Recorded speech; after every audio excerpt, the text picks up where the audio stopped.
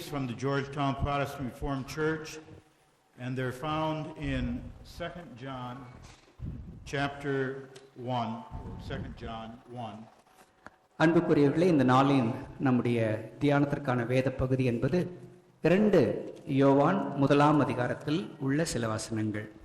Verses 3 and 4. This is the greeting that we would take from the Word of God from Georgetown to you.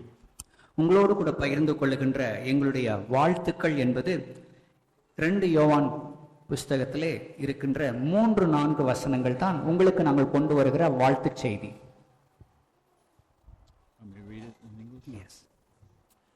Grace be with you, mercy and peace from God the Father and from the Lord Jesus Christ, the Son of the Father, in truth and love. We rejoice greatly that we find of thy children walking in truth, as we have received a commandment from the Father. பிதாவாகிய தேவனாலும் பிதாவின் குமாரனாய் இருக்கின்ற கர்த்தராகிய இயேசு கிறிஸ்துவினாலும் கிருபையும் இரக்கமும் சமாதானமும் சத்தியத்தோடும் அன்போடும் கூட உங்களோடு இருப்பதாக. பிதாவினால் நாம் பெற்ற கற்பனையின்படியே உம்முடைய பிள்ளைகளில் சிலர் சத்தியத்திலே நடக்கிறதை நான் கண்டு மிகவும் சந்தோஷப்பட்டேன். Then we can begin. Yeah.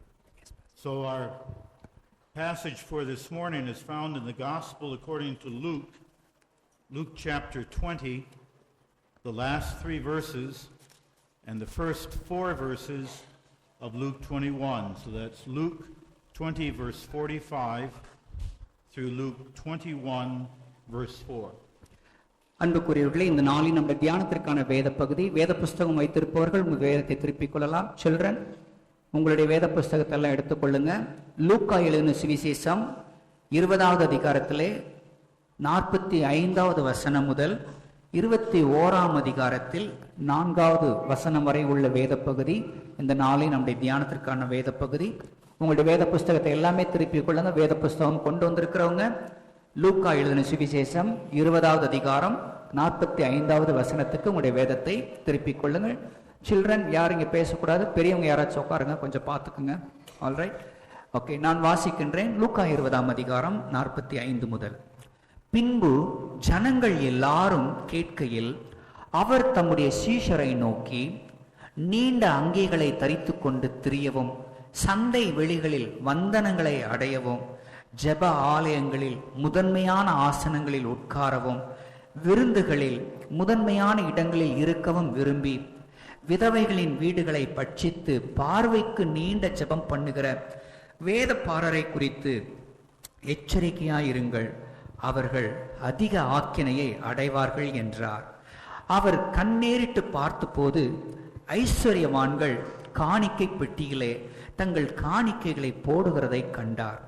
ஒரு ஏழை விதவை அதிலே 2 காசை போடுகிறதையும் கண்டு, இந்த ஏழை விதவை மற்றெல்லாரை பார்க்கிலும் அதிகமாக போட்டாள் என்று மெய்யாகவே உங்களுக்கு சொல்லுகிறேன். அவர்கள் எல்லாரும் தங்கள் பரிபூர்ணத்திலிருந்து தேவனுக்கென்று காணிக்கை போட்டார்கள். இவளோ தன் வறுமையிலிருந்து தன் ஜீவனுக்கு உண்டாயிருந்ததையெல்லாம் போட்டுவிட்டாள் என்றார் என்பதே. You want me to read it in English or just? No. This poor widow and her 2 mites are in the scripture to be an example to us of what it means to live a true life of thankfulness to God for the grace of our salvation.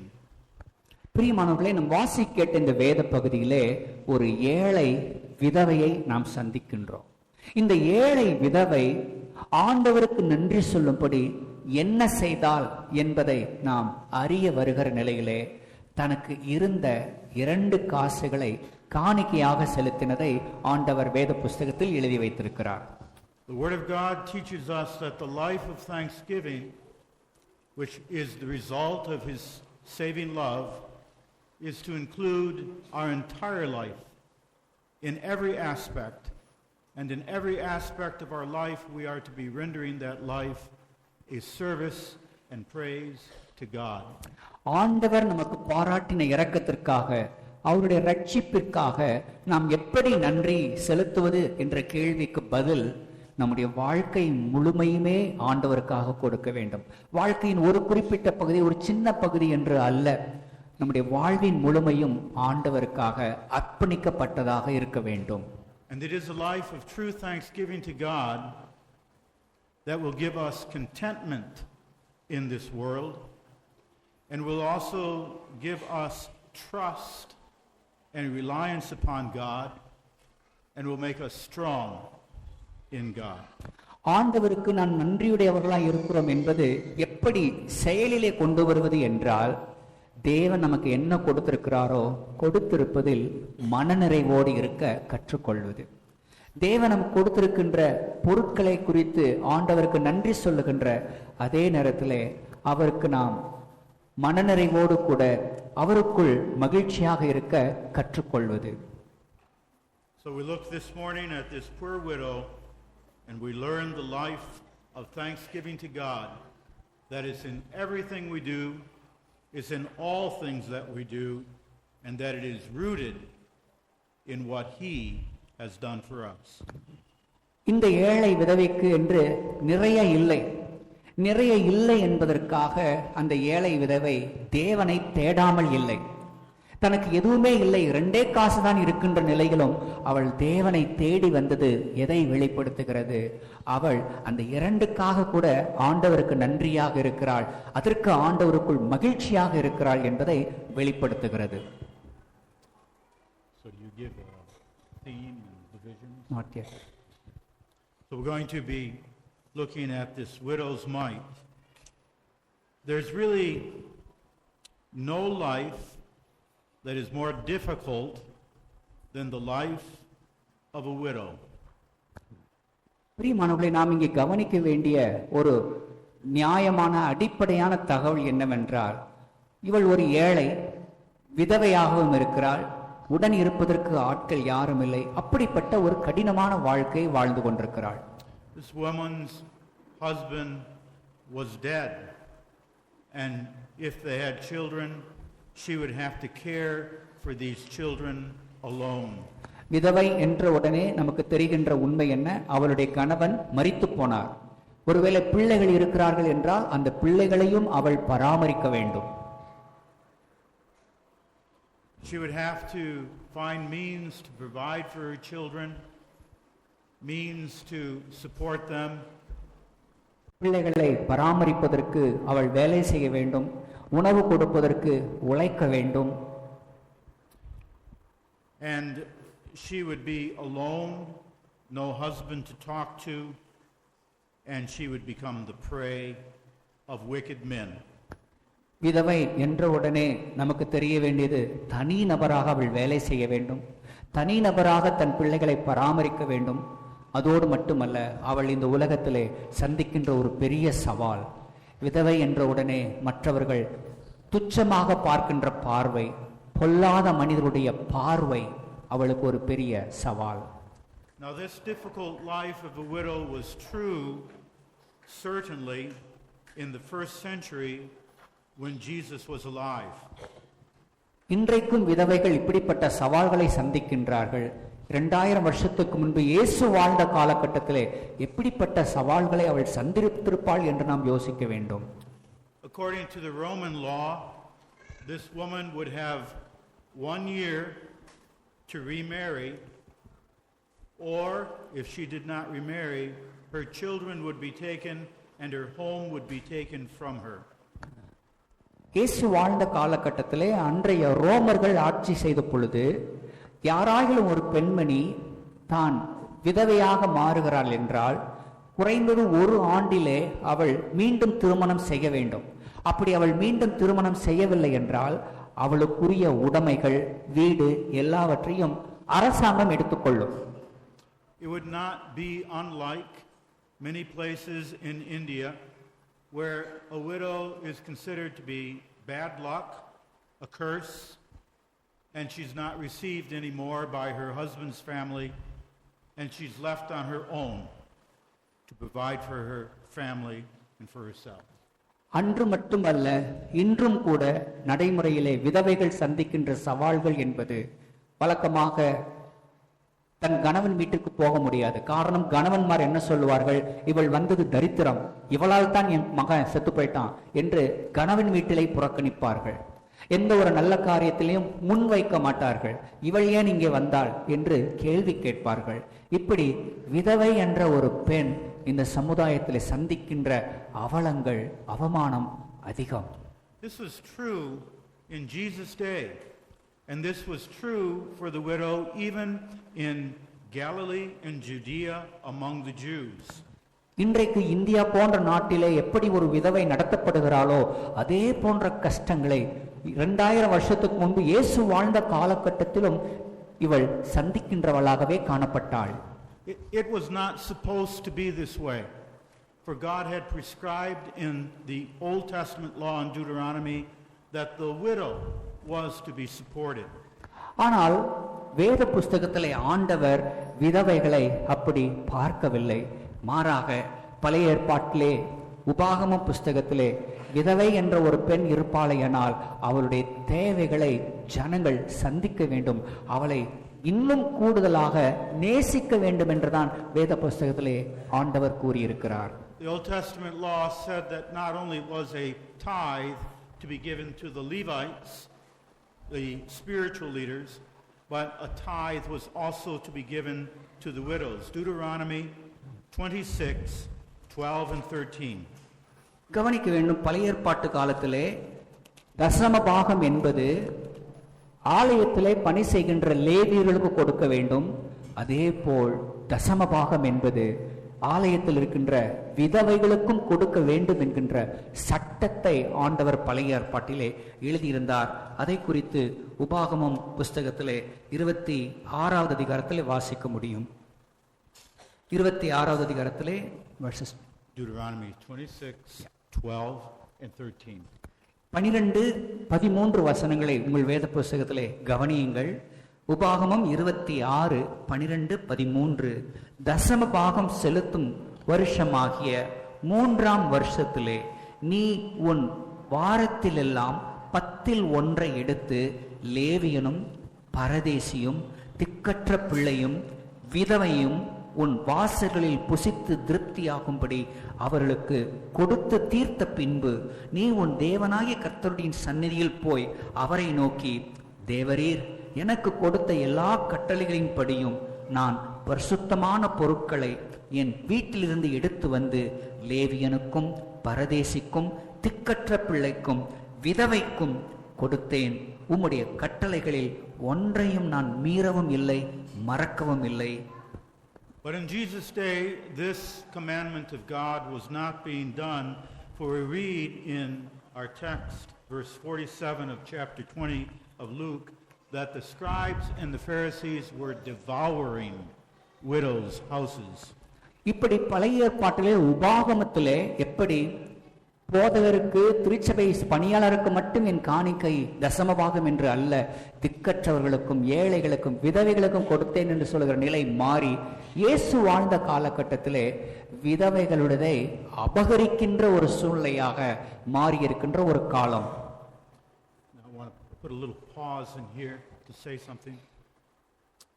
Although that was true that the Jews were not taking care of the widows, we notice immediately in the Bible that when the gospel of grace goes forth, the church immediately begins to provide for the care of the widows. பிரியமானவர்களே, இயேசு வாழ்ந்த காலத்திலே கவனிக்க வேண்டும். முதலாவது இயேசு கிறிஸ்துவுக்கு முன்னாடி பழைய ஏற்பாட்டு காலத்திலே விதவைகளுக்கு உதவி செய்ய வேண்டும், முக்கியமாக உதவி செய்ய வேண்டும் என்ற ஒரு நிலை இருந்தது. ஆனால் இயேசு வாழ்ந்த காலத்திலே அது தடைப்பட்டிருந்தது. ஆனால் இயேசு கிறிஸ்து மரித்து உயிர்த்தெழுந்த பின்பு புதிய திருச்சபை ஆரம்பித்த உடனே மீண்டும் விதவைகள் திருச்சபைக்குள்ளே வரவேற்கப்பட்டார்கள். விதவைகளுடைய தேவைகள் சந்திக்கப்பட்டது. What is one of the first things that the New Testament church did? புதிய ஏற்பாட்டு திருச்சபை தான் செய்த பணிகளிலே முதல் பணி என்ன என்பதை கவனிக்கும் போது in Acts chapter 6 we read that the apostles instituted the office of deacons in order that the widows would not be neglected. புதிய ஏற்பாட்டு திருச்சபை தான் செய்த பணிகளிலே முதல் பணி என்பது டீக்கன்மாரை, உதவிக்காரர்களை நியமித்து சபையில் இருக்கின்ற விதவைகளுக்கு ஆகாரம் கொடுக்கின்ற அடிப்படை தேவையை சந்திக்கின்ற ஒரு பணியைத்தான் புதிய ஏற்பாடு திருச்சபை முதலாவதாக செய்ததாக நாம் கவனிக்கின்றோம். What does the Word of God say about the family of the widow? And what must they do? ஆக விதவைகளை பற்றி மட்டுமல்ல, அந்த விதவைகளுடைய பிள்ளைகள் அல்லது பேர பிள்ளைகள் அவர்களை குறித்து என்ன சொல்லுகிறது என்பதையும் வேதம் சொல்வதை கவனிக்க முடியும். The Word of God in 1 Timothy chapter 5 verse 8 calls our families to provide for our widows, and if we have the ability to do that and we do not help the widows, the apostle says we are worse than an infidel and we are walking in darkness. கவனிக்க வேண்டும். 1 தீமோத்தேயு 5ஆம் அதிகாரத்திலே 8வது வசனத்திலே நாம் கவனிக்கும் பொழுது, ஆதி திருச்சபை, முதல் திருச்சபை, கிறிஸ்தவ திருச்சபை என்பது ஏழைகளையும் எளியவர்களையும் பணமில்லாதவர்களையும் துரத்தி விடுவது அல்ல, வரிசையில நில்லு என்று சொல்வதை பற்றியது கிறிஸ்தவம் அல்ல. மாறாக அவருடைய தேவைகளை சந்திப்பது, அவர்களுக்கு உதவி செய்வது. அப்படி செய்யவில்லை என்றால் அந்நியனிலும் அவிவிசுவாசிலும் கேவலமான ஒருவனாகவே அவன் இருக்கிறான் என்பதை பரிசுத்த வேதாகமம் அறியத் தருகிறது. And then what does James say? In James 1 verse 27 is at the heart of true religion. Pure religion is to visit the fatherless and widow. அதைத் தொடர்ந்து யாக்கோபு என்ன கூறினார் என்பதையும் நாம் வாசிக்கும் பொழுது, யாக்கோபு முதல் அதிகாரத்திலே 27வது வசனம், சுத்தமான பக்தி என்பது, மாசில்லாத சுத்தமான தேவனுக்கு முன்பாக உள்ள பக்தி என்பது திக்கற்ற பிள்ளைகளையும் விதவைகளும் படுகின்ற உபத்திரவத்திலே அவர்களை விசாரிப்பது என்பதாகும். But although the church, by the grace of God, saw that they must provide for the widows, the Jews in Jesus' day, led by the scribes and Pharisees, had a hard-hearted, careless attitude toward widows. ஆக இயேசு கிறிஸ்துவுக்கு முன்பாக ஆதி காலம் முதல் விதவைகள் கவனிக்கப்பட வேண்டும், நேசிக்கப்பட வேண்டும், விசாரிக்கப்பட வேண்டும் என்ற ஒரு நிலை மாற்றப்பட்டு இயேசு வாழ்ந்த காலகட்டத்திலே அன்றைக்கு இருந்த யூத மத தலைவர்கள் விதவைகளை நெருக்குகிறவர்களாக, அவர்களை துச்சமென்று எண்ணுகிறவர்களாக அன்றைக்கு காணப்பட்டார்கள். And Jesus in Luke 20, the last verses, has been in the audience of all the people, before all the people, condemning the scribes and Pharisees for this. இயேசு நாம் வாசித்த இந்த வேத பகுதிகளை கவனிக்கும் பொழுது, அவர் வாழ்ந்த காலகட்டத்திலே ஏழைகளையும் எளியவர்களையும் விதவைகளையும் அன்றைய மத தலைவர்கள் துச்சமாக நடத்துகின்ற அந்த நாட்களிலே அவர்களை கடிந்து கொண்டதைத்தான் லூக்கா 20ஆம் அதிகாரத்தின் கடைசி சில வசனங்களிலே வாசித்தோம். In those verses 46 and 47, he condemns them for their haughty, for their proud character, and he condemns them for their heartless cruelty to widows.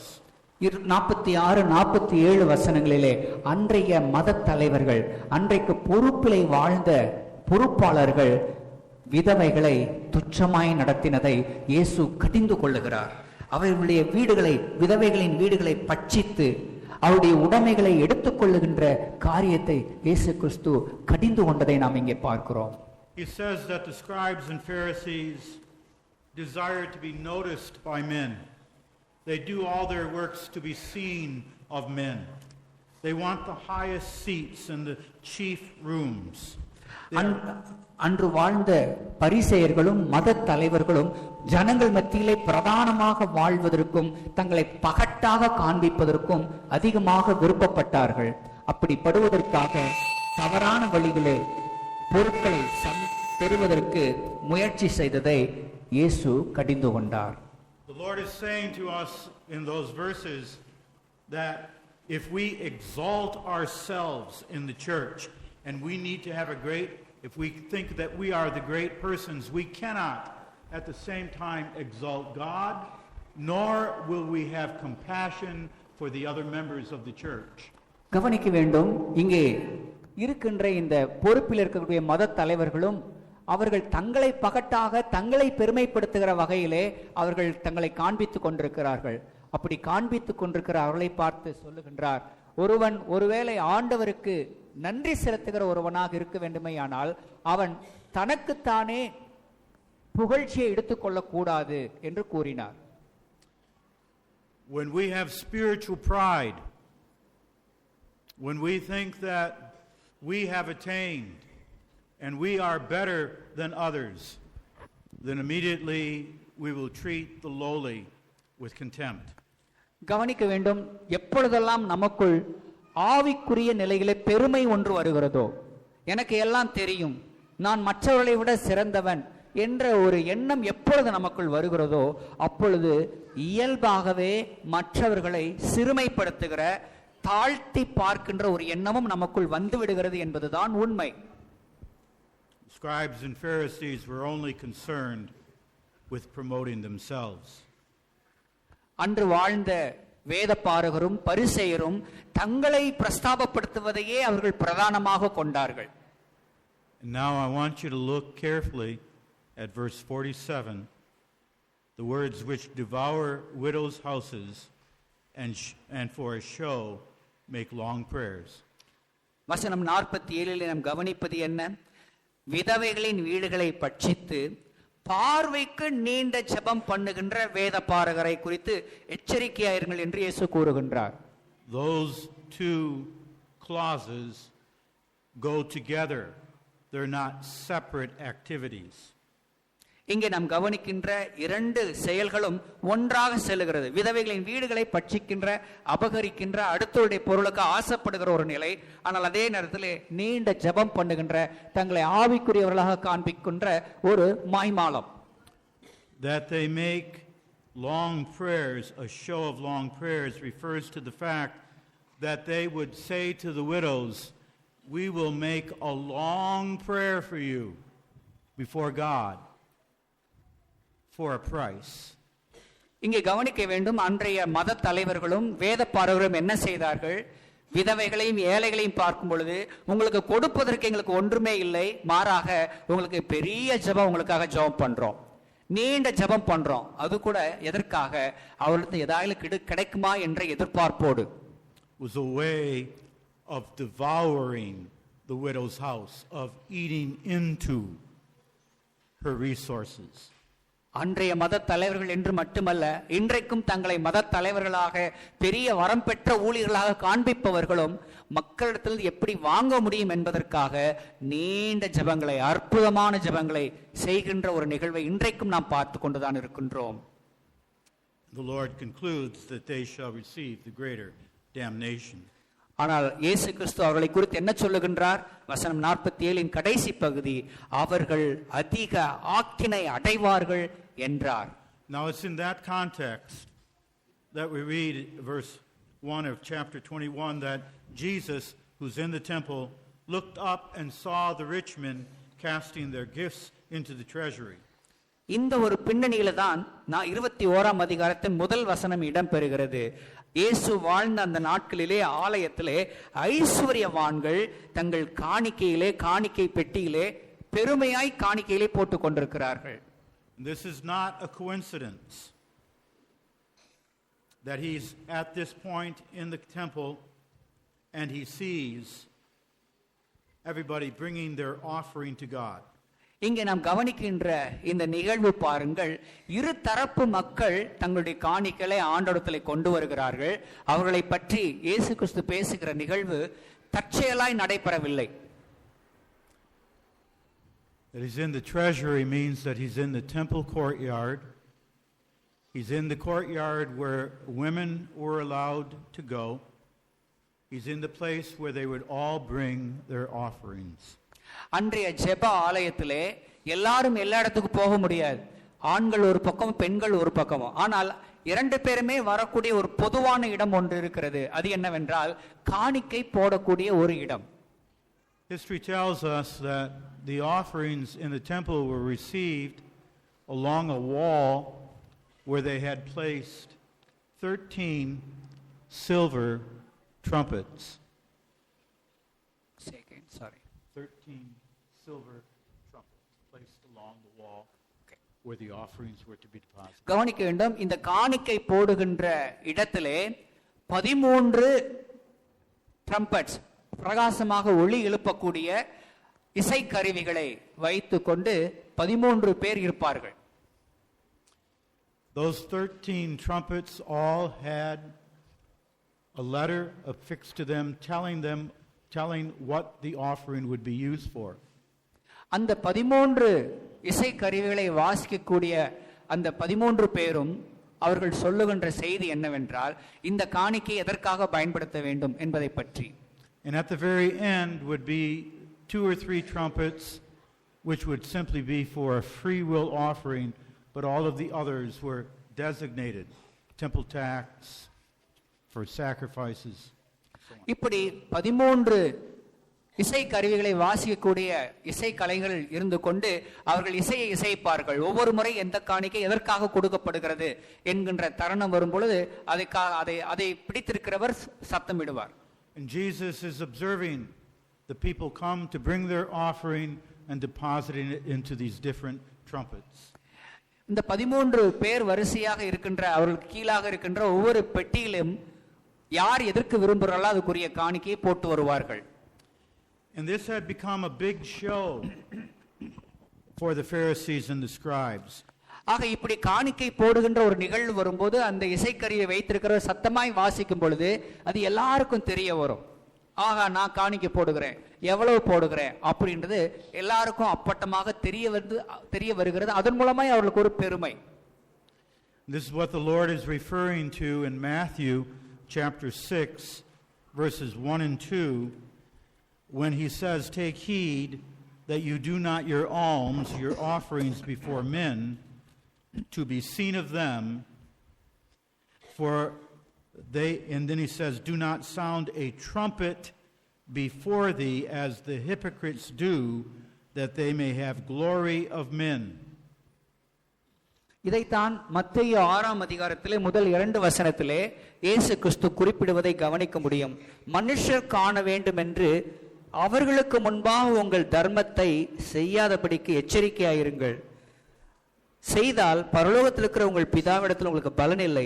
ஆகையால் நீங்கள் தர்மம் செய்யும் பொழுது மனுஷரால் புகழப்படுவதற்கு மாயக்காரர் ஆலயங்களிலும் வீதிகளிலும் செய்வது போல் உனக்கு முன்பாக தாரை ஊதுவியாதே, அவர்கள் தங்கள் பலனை அடைந்தாயிற்று. So what the Pharisees would do is that they would bring their money in coins, as big a bag of coins as they could, and pour it into the trumpet so that it would make as much noise as possible and people would see them what they're giving. இப்படி வசதியானவர்கள் பணக்காரர்கள் என்ன செய்வார்கள், தாரை ஊதுவிக்கின்ற அல்லது trumpet பெரிய இசைக்கருவி சத்தமாய் வாசிக்கின்ற இடத்துல அந்த பெட்டியிலே தங்கள் காணிக்கைகளை அள்ளி போடும் பொழுது அது எவ்வளவு சத்தம் போடுதோ அவ்வளவு சத்தமாய் இசைக்கருவி இசைக்கப்படும் பொழுது எல்லா ஜனங்களுக்கும் அது தெரிய வருகிறது. They would not take a bill, 500 rupees, and quietly slide it down through the coin, their contribution. But they would exchange the rupees for as many quarters, pennies, as they could in a big bag, and then come and pour it in. Clank, clank, clank, clank, clank, clank, clank, and everybody would turn around to see what they were doing. கவனிக்க வேண்டும், அந்த நாட்களில் அவர்கள் காணிக்கை போடும் பொழுது இப்பொழுது pastor காண்பித்தது போல பணமா நோட்டா போடுற கிடையாது. ஏன்னா நோட்டா போட்டா சத்தம் கேட்காது. ஆனா சத்தம் அதிகமா வர்றதுக்காக என்ன பண்றது, 500 ரூபாய் காணிக்கை போடணும்னா 500 ரூபாய்க்கு 1 ரூபாய் காசு இல்ல இன்னும் கம்மியான காசு, எவ்வளவு அதிகமா காசுகளை வாங்கிட்டு கொட்ட முடியுமோ அவ்வளவு கொட்டும் போது அவ்வளவு சத்தம் கேட்குமோ அப்படி அதுக்கேற்ற போல இசைக்கருவி வாசிக்கும் பொழுது ஒரு பெருமை அவர்களுக்குள் வருகின்ற ஒரு நிலை அன்றைக்கு காணப்பட்டது. Everybody would watch, but then Jesus sees a poor widow who has only 2 little mites, unseen by anybody else, in the free will offering, she deposits them இப்படி வரிசையாக இருக்கின்ற காணிக்கை பெட்டிகளிலே ஒவ்வொருவரும் அள்ளி கொண்டு மூட்டை மூட்டையா கொட்டுறாங்க காசுகளை. ஆனால் அங்கே இருக்கின்ற ஒரு ஏழை விதவை இருக்கிற பெட்டிகளிலே கடைசியா இருக்கிற பெட்டியில போட்டா கூட சத்தமே கேட்காத மாதிரி 2 காசை போடுகிறாள். And the Lord sees this, and he calls his disciples to him, and he points this out to them and says, verse 3, of a truth, or verily, verily, he wants them to listen. I say to you that this poor widow has cast in more than they all. இப்படி அந்த ஏழை விதவை ஓரமா கடைசியா இருக்கிற அந்த காணிக்கை பெட்டியில 2 காசை போடுகிறதை இயேசு பார்க்கிறார். பார்த்த பொழுது தம் சீஷர்களை அழைத்து, உங்களுக்கு ஒரு உண்மையை சொல்லுகிறேன். என்ன உண்மை? இங்க இருக்கிற நிறைய பேர் சாக்கு சாக்கா கொண்டு வந்து பொட்டணமா கொண்டு வந்து அள்ளி போட்டாங்க. ஆனால் அவர்கள் எல்லார பார்க்கிலும் இந்த ஏழை விதவை அதிகமான காணிக்கையை போட்டார் என்று தம் சீஷரிடத்திலே இயேசு கூறினார். And the disciples scratch their head and say, what does that mean? 2 little mites is more than that big bag of silver coins that everybody saw? What does that mean? இப்படி இயேசு கிறிஸ்து சீஷர்களை பார்த்து இந்த ஏழை விதவை அவர்கள் எல்லாரையும் பார்க்கலும் அதிகமாய் போட்டார் என்று சொல்லும் பொழுது அவர்களுக்கு ஒன்றும் புரியல, தலையை பிச்சுக்கிறாங்க. அது என்ன? எல்லாரும் சாக்கு சாக்கா கொண்டு வந்து வெள்ளிக்காசுகளை அள்ளி போட்டு கூச்சாங்க. ஆனா அதையெல்லாம் பெருசுன்னு சொல்லாம இந்த 2 காசு போட்ட இந்த பெண்ணை பார்த்து இவர்கள் எல்லாரிலும் இந்த பெண்மணி அதிகமாய் போட்டாள் என்று சொல்லுகிறாரே என்று இயேசு சொல்வது அவர்களுக்கு புரியவில்லை. And then he explains, verse 4, all these of their abundance cast into the offering of God, but she of her poverty has cast in all her living. இயேசு சொல்றது என்னன்னு தங்களுக்கு புரியாம தலையை சொரிஞ்சிட்டு இருக்கும் பொழுது அதற்கான விளக்கத்தை இயேசு 4வது வசனத்திலே சொல்லுகிறார். சாக்கு சாக்கா கொண்டு வந்து வெள்ளி காசுகளை அள்ளி கொற்ற இவர்கள் எல்லாரும் தங்கள் பரிபூரணத்திலிருந்து தங்களுக்கு நிறைய இருக்குது அதுல இருந்து கொண்டு வந்து கொடுத்தாங்க. ஆனால் இந்த ஏழை விதவை தனக்கு இருந்ததே 2 காசு தான். தனக்கு இருந்த எல்லாவற்றையும் அவள் போட்டாள்.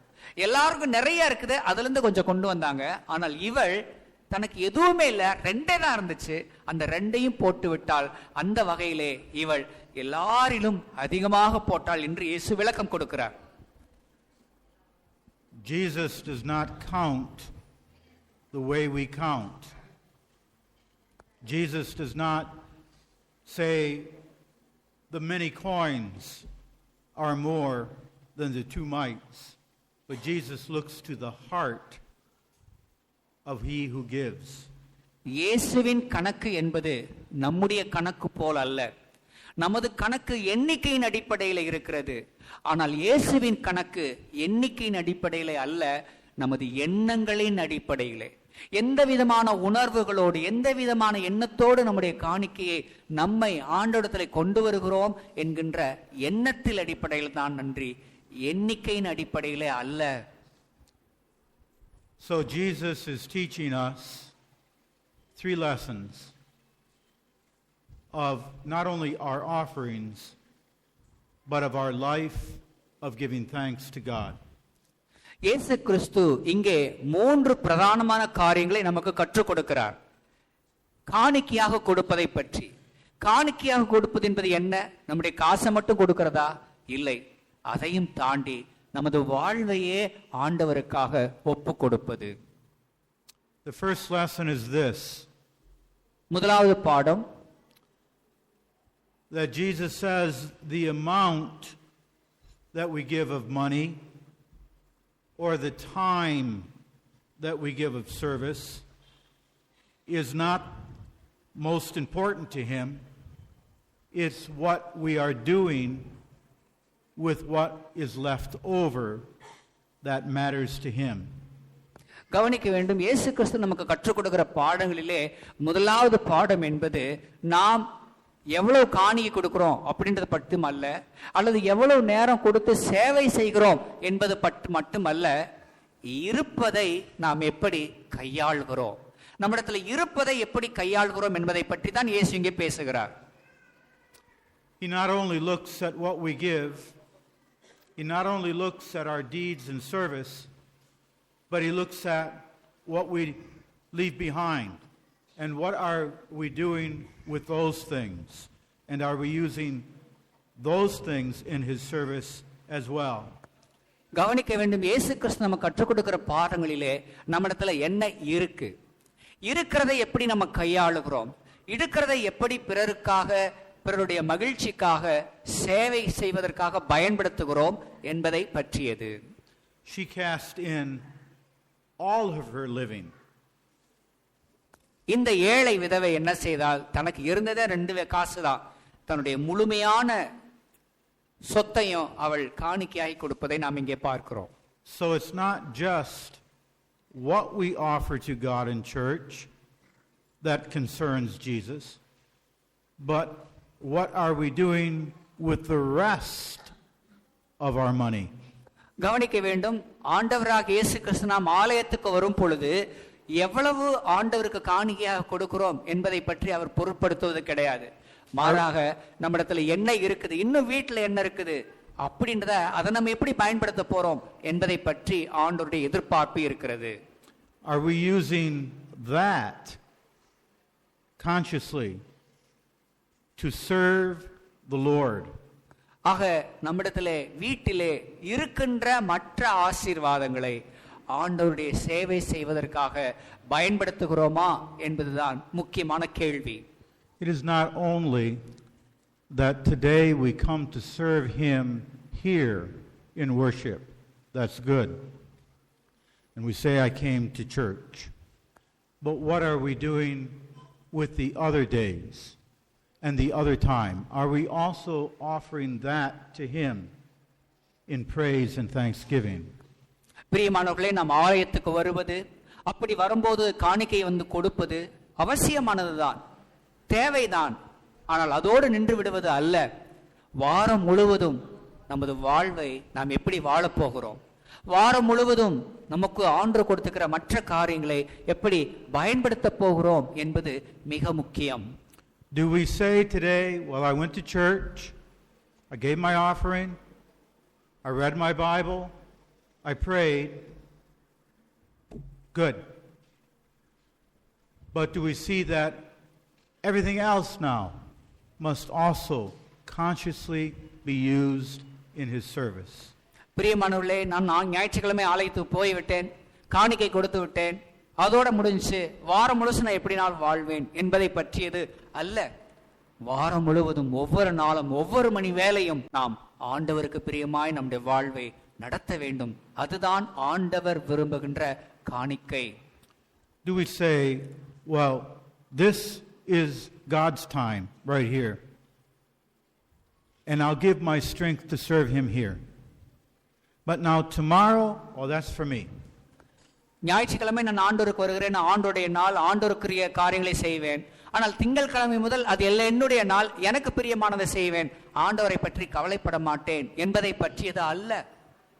You say, I'll use my talents today here for the service of God, but tomorrow my talents and my times belong to me. What do I want to do? Or do we take tomorrow those times and talents and consciously use them in the service of God? ஞாயிற்றுக்கிழமை நான் ஆண்டவருடைய சமூகத்தில் வருவேன், என்னுடைய தாளந்துகளை, திறமைகளை ஆண்டவரை ஆராதிப்பதற்கு திருச்சபையில் நான் பயன்படுத்துவேன். ஆனால் திங்கட்கிழமை முதல் அவைகள் என்னுடைய பிரயோஜனத்திற்காக, நான் விரும்புகிறது போல எனக்காக மட்டுமே செலவு செய்வேன் என்பதை பற்றியது அல்ல. நம் வாழ்வின் ஒவ்வொரு நாளும் ஆண்டவருக்கு பிரியமான நிலையில் நம் வாழ்வை வாழ வேண்டும். The point is that we must use all that we are and all that we have consciously in the service of our God in thanksgiving. All that I am, I owe to thee. நாம் என்னவாக இருக்கிறோமோ, நமக்கு என்னெல்லாம் இருக்கிறதோ அவைகள் அனைத்துமே ஆண்டவருக்குரியது. ஆகவே அவைகளை ஆண்டவருடைய நாம மகிமைக்கு எதுவாக பயன்படுத்த வேண்டும்.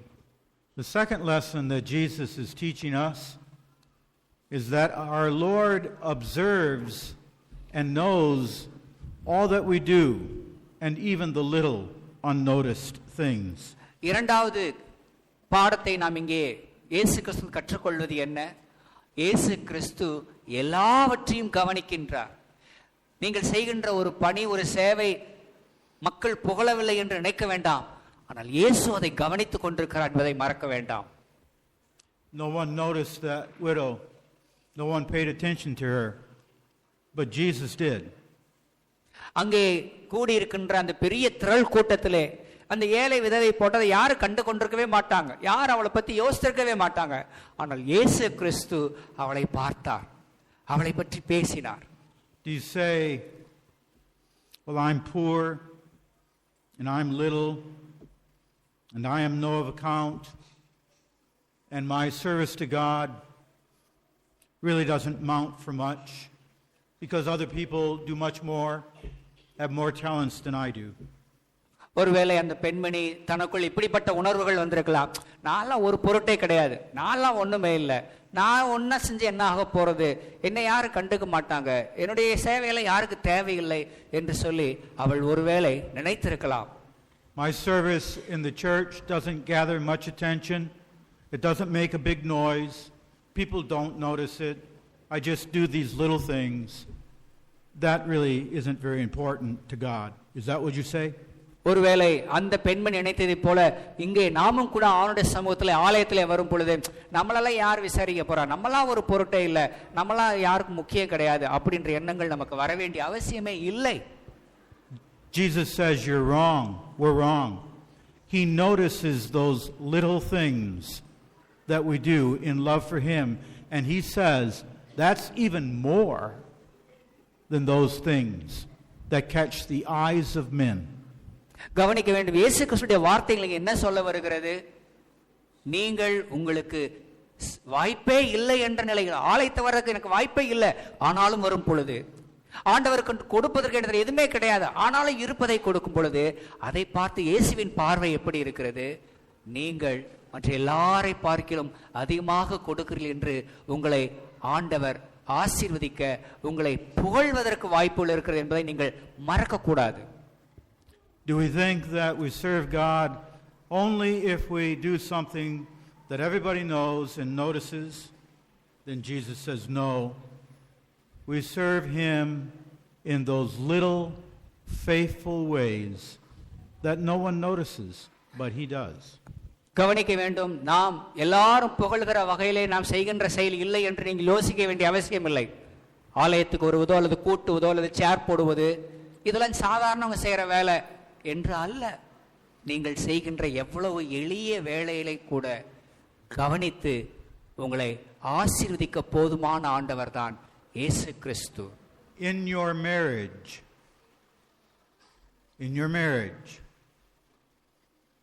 do you think that as a husband you show your love by big things, by bringing roses and buying her candy, that this is the big way to show your love for her? உங்களுடைய வாழ்விலே, உங்களுடைய திருமண வாழ்விலே அல்லது உங்களுடைய குடும்பங்களிலே கணவனோ அல்லது மனைவியோ உங்களை நேசிக்கிறார்கள் என்பதற்காக பெரிய பெரிய விஷயங்களை செய்யாதிருக்கலாம், பெரிய பெரிய காரியங்களை கொண்டு வந்து கொடுக்காமல் இருக்கலாம். ஆனால் உண்மையான அன்பின் வெளிப்பாடு என்பது என்ன? That might be nice sometimes to do, but you show your love for your wife in the little things, that you take notice of her, that you are kind to her, that you see her busyness and you try to help her in little ways. குடும்ப உறவிலே பெரிய காரியங்களை செய்யக்கூடாது என்பதற்காக அல்ல, பெரிய பரிசு வாங்கிட்டு வருவதோ அல்லது சிறந்த உணவு வாங்கிட்டு வந்து கொடுப்பதோ கொடுக்கக்கூடாது என்றெல்லாம் என்ற அர்த்தம் அல்ல. நல்ல விஷயம்தான், செய்யலாம். ஆனால் அப்படி செஞ்சாதான் என்று அல்ல, மாறாக சின்ன சின்ன விஷயத்துல சின்ன சின்ன உதவி செய்வது கூட ஒரு பெரிய அன்பின் வெளிப்பாடு. The life of service to Christ is found in the little things that we do. ஆண்டவருக்கு நாம் பிரயோஜனமான வாழ்க்கை வாழ்கிறோம், ஆண்டவரை மகிழச் செய்ய முயற்சி செய்கிறோம் என்பது பெரிய பெரிய விஷயங்களை செய்வதை பற்றியது அல்ல. சின்ன சின்ன காரியங்களிலே, சின்ன சின்ன வகையிலே ஆண்டவருக்கு சேவை செய்வது, வர்றவர்களை விசாரிப்பது, உட்கார வைப்பது, ஒரு தண்ணி எடுத்து கொடுப்பது, சர்ச்சுக்கு வராதவங்களை ஃபோன் பண்ணி விசாரிப்பது, அப்படிப்பட்ட சின்ன சின்ன விஷயங்கள் தான் ஆண்டுடைய பார்வையிலே பெரிய காரியங்களாக பார்க்கப்படுகிறது என்பதை மறக்கக்கூடாது. Jesus said, "He that is faithful in little is faithful also in much." இயேசுவின் வார்த்தைகள் என்ன? கொஞ்சத்திலே உண்மையாய் இருப்பவன் அவன் அநேகத்திலும் உண்மையாக இருப்பான் என்பதே. It's not first of all those big deeds, but a Christian life of thankfulness is the little things that we do day by day to show our love for Christ and one for each other. Those are the things that Jesus notices. இயேசு விரும்புகின்ற நன்றியுள்ள வாழ்க்கை என்பது பெரிய பெரிய காரியங்களை சாதிப்பதை பற்றியது அல்ல. வாரம் முழுவதும் சின்ன சின்ன விஷயங்கள்ல கூட நாம் மற்றவர்களோடு எப்படி அன்பாக பேசுகிறோம், மற்றவர்களுக்கு எப்படி உதவி செய்கிறோம், மற்றவர்களுடைய நம்முடைய பார்வை மற்றவர்களை குறித்து எப்படி இருக்கிறது, மற்றவர்களை அரவணைக்கிறோமா அல்லது கடிந்து கொள்ளுகிறோமா, நல்லதை பேசுகிறோமா அல்லது அவதூறா பேசுகிறோமா என்ற சின்ன சின்ன விஷயங்களிலும் நாம் ஆண்டவரை உயர்த்த அழைக்கப்பட்டிருக்கிறோம். A deep love for Jesus Christ in our hearts will be found when we try to please Him in each deed of our life, in kindness, in the thoughtfulness one for each other, and in serving each other in little ways. ஆக ஆண்டவரை நாம் மகிழச் செய்ய விரும்புகிறோம், ஆண்டவரை கனப்படுத்த விரும்புகிறோம் என்பது நாம் நேரடியாக ஆலயத்தில் செய்யறதா என்று அர்த்தம் அல்ல. நாம் வாழ்கிற வீட்டிலே, நம்முடைய குடும்ப உறவிலே, கணவன் மனைவி உறவிலே ஒருவர் சகித்து போவது, ஒருவருக்கொருவர் உதவி செய்வது, ஒருவரோடு ஒருவர் பட்சமாய் இருப்பது, மற்றவர்களுக்கு ஆசீர்வாதமாய் இருப்பதின் மூலமாகவும் நாம் ஆண்டவரை மகிழச் செய்ய முடியும். And so when Jesus points this widow out to his disciples, he's not saying, now you should pity her. He's not saying that. He's saying to his disciples, you should be like her. இயேசு கிறிஸ்து இந்த ஏழை விதவையை தம் சீஷர்களுக்கு அறிமுகப்படுத்தி, பாருங்கள், அந்த விதவை எல்லாம் போட்டு விட்டால் அவளுக்கு உதவி செய்யுங்கள், அவளை பார்த்து கொள்ளுங்கள், அவளுடைய தேவையை சந்திங்கள் என்று சொல்லவில்லை. மாறாக அவளிடத்திலிருந்து கற்றுக்கொள்ளுங்கள், நீங்களும் அவளைப் போல மாறுங்கள் உங்கள் எண்ணங்களிலே, உங்கள் செயல்களிலே என்றுதான் இயேசு கூறினார். Now I want to conclude this morning with what I see as the most remarkable thing in this story. இந்த அருமையான சம்பவத்திலே நாம் கவனிக்க வேண்டிய இன்னொரு முக்கியமான கருத்தை உங்கள் கவனத்திற்கு கொண்டு வந்து நான் என் பிரசங்கத்தை நிறைவு செய்ய விரும்புகிறேன். அது என்னவென்றால், she had, the most remarkable thing is that she had two mites, two separate. இந்த பெண்மணிக்கு இருந்தது என்ன? இரண்டு காசுகள். She could have divided them. She could have kept one. இந்த இரண்டு காசுல அவள் என்ன செய்திருக்கலாம்? ஒன்னை பாக்கெட்ல வச்சுட்டு ஒரு காசை காணிக்கையில போட்டிருக்கலாம். And who would have condemned her if she had put one in the plate and one in her pocket for herself? ஒருவேளை அந்த தாய், அந்த ஏழை விதவை ஒரு காசை பாக்கெட்ல வச்சுட்டு ஒரு காசை மட்டும் போட்டிருந்தா யார் கேள்வி கேட்க போறா? ஏன் இப்படி பண்ண? யாரா கேட்பாங்களா? கேட்பதற்கு யாரும் இல்லை. In fact, if she were here this morning and the deacons knew her, that she was a poor widow, she had only two mites, and the deacon would see her putting both of them into the plate, he might say, no. Put one in and keep one for yourself. ஒருவேளை அப்படிப்பட்ட ஒரு நிலையில அந்த பெண்மணி ரெண்டு காணிக்கை போடுகின்ற ஒரு நிலையை வருமையானால், சபையில் இருக்கக்கூடிய டீக்கன்மார் அல்லது உதவிக்காரர்கள் என்ன செஞ்சிருக்கலாம்? அம்மாமா நீங்க அதெல்லாம் போடாதீங்கம்மா, வச்சுங்கம்மா, நீங்க போடணும் அவசியமே இல்லம்மா, நீங்களும் பரவாயில்ல என்று சொல்லவில்லை, சொல்ல வேண்டிய அவசியமும் இல்லை. But she would look at the deacon and shake her head and say, "What? What are you saying?" ஒருவேளை அப்படி யாராலும் ஒரு உதவிக்காரர் அந்த அம்மாவை பார்த்து, அம்மா நீங்க போடாதீங்க, போட்டா ஒண்ணு மட்டும் போடுங்க, ஒண்ணு உங்களுக்காக வச்சுங்க அப்படின்னு ஒருவேளை சொன்னால் அந்த அம்மா என்ன சொல்லியிருப்பார்கள்? என்னையா சொல்ற நீ, என்ன சொல்ற நீ என்று அவர்கள் கேள்வி கேட்டிருப்பார்கள். And here's the point. Get the point. Here's what this is. She is not making a contribution to God. She is making a consecration of her whole life to God. பிரியமானவர்களே, ஞாயிற்றுக்கிழமை மட்டும் ஆண்டவருக்கு, வாரம் முழுசும் எனக்கு என்ற நிலையில் அவள் வாழவில்லை. ஆண்டவருக்கு என்று 2-1 கொடுக்கின்ற கான்ட்ரிபியூஷன் இருக்கிறத ஒன்று தரேன் என்பதை பற்றியது அல்ல.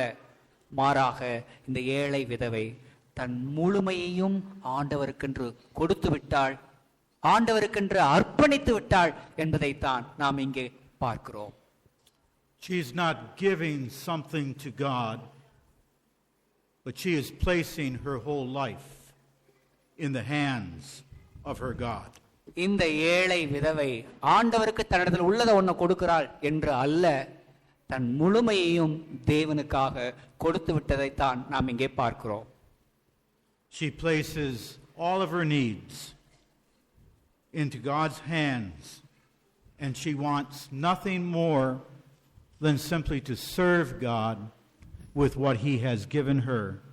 இந்த அருமையான பெண்மணி ஏழை விதவையாக இருந்தாலும் அவள் ஆண்டோடைய சமூகத்தில் வருவதை பிரதானமாக பார்த்தாள். எனக்கு 1008 வேலை இருக்கு, நானே விதவையா இருக்கிறேன், இப்ப நான் ஆலயத்துக்கெல்லாம் வரமாட்டேன் என்று அல்ல, ஆலயத்திற்கு வருகிறாள். மற்றவர்களைப் போல தானும் காணிக்கை கொடுக்கிறாள். மற்றவர்களைப் போல கணக்கு பார்த்து அல்ல, முழுமையாய் கொடுக்கின்ற அற்புதமான குணாதிசயங்களை நாம் இங்கே பார்க்கிறோம். And so true thanksgiving to God is not for some things, for some days, for some activities, for big things, but true thanksgiving to God is to rendering to Him all that we have, all the time, in thankfulness to Him. நாம் ஆண்டவருக்கு உண்மையாகவே நன்றியுடையவர்களாய் இருக்கிறோம் என்பது உண்மை என்றால், ஏதோ நம்ம இடத்துல இருக்கிறத நம்ம கொடுக்கிறோம் என்பதை பற்றியது அல்ல. வாரத்தில் ஒரு நாள் ஞாயிற்றுக்கிழமை ஆலயத்துக்கு வருகிறோம், ஆண்டரை தேடுகிறோம் என்பதை பற்றியது அல்ல. அதையும் தாண்டி வாரம் முழுவதிலும் ஒவ்வொரு மணி வேளைகளும் நமக்கு இருக்கின்ற எல்லாவற்றிலும் நாம் ஆண்டவரை கனப்படுத்துகிற வாழ்க்கை வாழ்வதே நாம் ஆண்டவருக்கு நன்றியோடு இருக்கிறோம் என்பதைக்கான அர்த்தம். So I carry with me a little poem. It's actually a hymn. Take my life and let it be. Do you know that hymn? Yeah. And I'm going to read the last 3 stanzas of that poem. Take my life and let it be. பிரியமானவர்களே, என்னுடைய பிரசங்கத்தை முடிப்பதற்கு முன்பாக உங்களுக்கு ஒரு பழமையான ஒரு பாடலில் இடம்பெறுகிற கடைசி வரிகளை உங்களுக்காக வாசிக்க விரும்புகிறேன். And whoever wrote this poem is aware of the widow because he talks about the mite. He would not hold back a mite. இந்த பாடலின் கடைசி வரிகளிலே பார்க்கும் பொழுது, எனக்கென்று இருக்கின்ற அந்த காசுகளை நான் எனக்காக வைத்துக் கொள்ள மாட்டேன். But it concludes this way. Take myself and I will be ever, only, all for thee. இந்த பாடலின் கடைசியிலே இந்த பாடல் ஆசிரியர் இப்படியாக முடிக்கிறார். ஆண்டவரே, என்னுடையதை அல்ல, என்னையே எடுத்துக்கொள்ளும், என்னுடையதை அல்ல, என்னையே ஏற்றுக்கொள்ளும், என் முழுமையும் உமக்கே என்று இந்த பாடல் முடிகிறது. Amen. என்னை வெட்கப்படுத்த